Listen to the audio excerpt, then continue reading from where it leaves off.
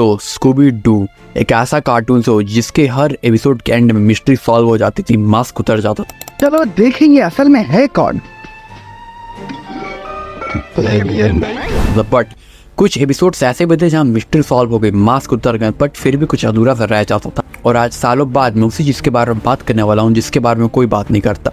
Y we still love Scooby Doo doo. आखिर हम आज भी स्कूबी डू को उतना ही प्यार क्यों करते हैं जितना सालों पहले किया करते थे। तो बिना किसी देरी के चलिए करते हैं वीडियो को स्टार्ट चैप्टर नंबर 1 के साथ। So chapter number 1, welcome to the mystery machine. So Scooby Doo कोई कार्टून शो नहीं बल्कि चलता फिरता एडवेंचर और जिसकी शुरुआत होती है एक वैन से, द मिस्ट्री मशीन। और इसी मिस्ट्री मशीन में हमारे नन्हे मुन्ने हीरोज रहते हैं, द मिस्ट्री गैंग। और इसी मिस्ट्री गैंग का पहला मेंबर है हमारा प्यारा स्कूबी डू, जिसके ऊपर ये पूरा का पूरा शो बनाया गया है। स्कूबी डू एक डॉग है जो बहुत ज़्यादा बहादुर बिल्कुल नहीं है और उसे बस दो ही चीज़ पसंद है, एक खाना और दूसरा भूतों से भागना। और वो ये काम कभी भी कर सकता है, नो मैटर वो चांद पर भी क्यों ना हो। और स्कूबी डू की सबसे बड़ी कमजोरी यह है कि उसे स्कूबी स्नैक बहुत पसंद है और उस स्कूबी स्नैक्स के लिए कहीं भी जा सकता है। अगर आपने शो देखा होगा तो आप जानते हो कि स्कूबी स्नैक्स कितने टेस्टी हुआ करते थे। और बात करें स्कूबी के दोस्तों की, तो अगर जहाँ बात स्कूबी के दोस्तों की आ गई तो स्कूबी तो मास्ट पे भी जा सकता है अपने दोस्तों के लिए, बस उसे स्कूबी स्नैक्स मिलने चाहिए। सॉरी, आपने सुन लिया क्या? तो अब हम जाते हैं स्कूबी के पार्टनर इन क्राइम के ऊपर, यानी शैगी के ऊपर। तो शैगी स्कूबी का पार्टनर इन क्राइम, सबसे बड़ा बेस्ट फ्रेंड। स्कूबी और शैगी हमेशा साथ साथ रहता है, चाहे वो शैगी का घर हो या कोई भी मिस्ट्री सॉल्व करनी हो, हमेशा साथ साथ रहता है। और जो पहले ये शो शूट होने वाला था, जब पहले ही शो आया था, तो इसके दो ही मेन कैरेक्टर थे, एक स्कूबी और एक शैगी। शो उन्हीं के ऊपर फोकस किया गया था, बाकी बाद में जाके कुछ न्यू कैरेक्टर्स ऐड हुए जो कि परमानेंट बन गए। और अब जब हमने बात करी ली है शैगी के ऊपर, तो अब उसके कुछ आदतें के बारे में जान लेते हैं। शैगी को खाना बहुत पसंद है, डरना बहुत पसंद है और मोस्ट इंपॉर्टेंटली भागना बहुत पसंद है। और स्कूबी और शैगी हमेशा ही दोनों साथ साथ रहते हैं, ये भागते साथ में, पेट पूजा साथ में करता है और इवन साथ में ही डरते भी हैं। और इसी चीज़ को देखकर दिमाग में बस एक ही बात याद आती है। सो अब जब हमने दिमाग की बात करी ली है तो हम जाते हैं टीम के दिमाग के ऊपर, यानी वेल्मा के ऊपर। वेल्मा या फिर मैं कहूँ मिस वेल्मा इस शो की और इस टीम की सबसे इंटेलिजेंट कैरेक्टर है। वो इस शो में और वो इस टीम की हर एक मिस्ट्री को बहुत इजीली सॉल्व करती है, जैसे वो कुछ है ही नहीं। और मोस्ट इंपॉर्टेंट बात यह है कि और अक्सर एपिसोड में मिस वेल्मा के ग्लासेस खो जाते हैं, गिर जाते हैं, बट उसका दिमाग नो चांस कभी गुम नहीं होता। और वेल्मा में ये चीज़ सिखाया जाता है कि प्रॉब्लम कितनी बड़ी क्यों ना हो, अगर हमारे पास दिमाग है, हम अपने दिमाग का सही यूज़ करें तो हम उसी प्रॉब्लम को आराम से सॉल्व कर सकते हैं। और जब हमने बात करी ली है दिमाग की और पेट की, तो अब क्यों हम अपनी आंखों की बात कर लें, यानी फ्रेड की बात कर लेते हैं। सो फ्रेड इस ग्रुप का लीडर और इस ग्रुप का प्लानर है। वो इस ग्रुप के हर एक मिशन को प्लान करता है, हर एक मिस्ट्री को सॉल्व करने की पावर रखता है अपने विजन के दम पे, अपने प्लान्स के दम पे। उसका बस सिंपल सा रूल है, प्लान बनाओ, ट्रैप लगाओ, विलन्स को पकड़ो, जस्ट सिंपल। और फ्रेड एक चीज़ से बहुत ज़्यादा डरता है, वो ये है कि वो किसी तरीके से फेल ना हो जाए, उसे फेल होने से बहुत ज़्यादा डर लगता है। सो फ्रेड का प्लान कभी कभी फेल हो जाता है, कभी कभी फ्लॉप हो जाता है, बट उसका कॉन्फिडेंस नो चांस कभी फ्लॉप नहीं होता। और बट फ्रेड की बात हम कर रही हैं तो ऐप से कुछ और शुरू होता है। ऐप से होता है फरवरी, और फरवरी में कुछ आता है एक ऐसा त्यौहार जो हर एक लड़के के लिए एक नाइटमेयर से कम नहीं है, वैलेंटाइंस डे। सो वैलेंटाइंस डे पे मैं तो कहीं नहीं जा रहा हूँ, आपका पता नहीं, बट मेरे पास कोई नहीं जिसे मैं अपना दिल दे सकूँ। तो अब जब हम दिल की बातें कर ही रहे हैं तो क्यों ना आ जाते हैं इस टीम के दिल के ऊपर, यानी डैफ्नी के ऊपर। डैफ्नी शो की सबसे ब्यूटीफुल, और बात अगर हम डैफ्नी की करें तो उससे कुछ ट्रेड्स के बारे में जान लेते हैं। डैफ्नी बहुत ज़्यादा कॉन्फिडेंट है, वो अपनी टीम के लिए हमेशा खड़ी रहती है और खासकर फ्रेड के लिए तो हमेशा तैयार रहते हैं कि फ्रेड आई हेल्प यू, चाहे नो मैटर कुछ भी हो जाए। फ्रेड को डैफ्नी कहीं ना कहीं पसंद करती है, बात हम सब जानते हैं।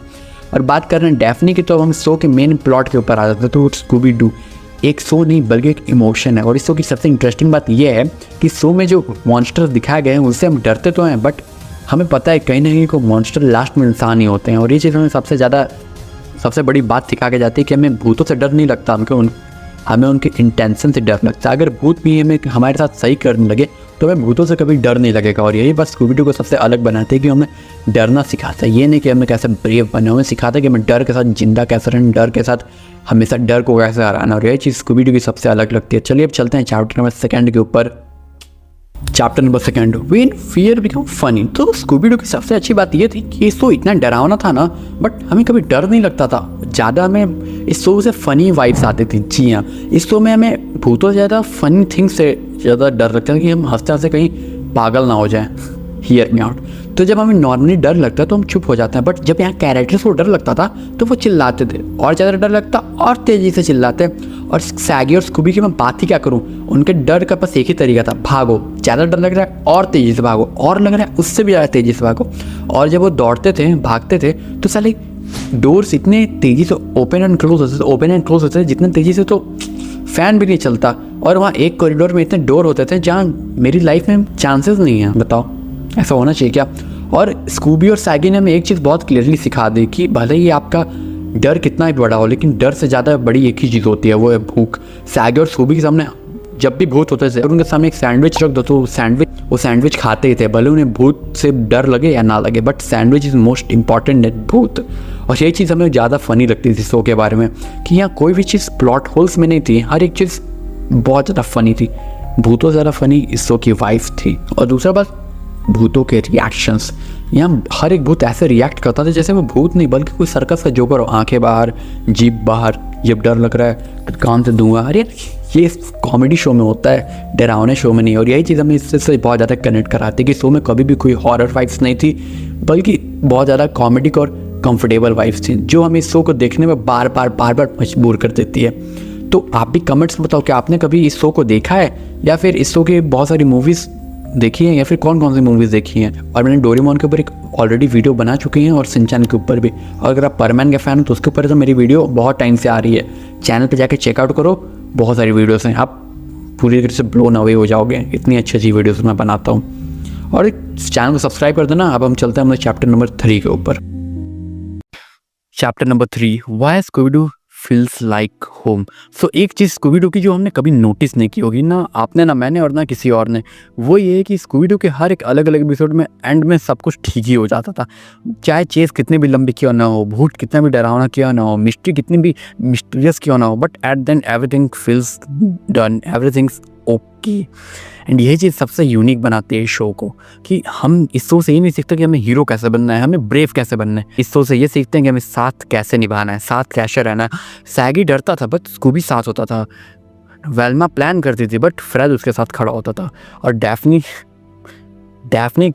हमेशा सबके साथ होती थी। और यही चीज़ इस शो का सबसे इंपॉर्टेंट मानती है। ये शो हमें सिखाता है यूनिटी की पावर क्या है, साथ होने का पावर क्या है, हम कैसे साथ रहकर किसी भी मुसीबत को आराम से हरा सकते हैं, नो मैटर वो मुसीबत कितनी बड़ी क्यों ना हो, चाहे वो थैनोस ही क्यों ना हो, everything is gonna be okay at the end.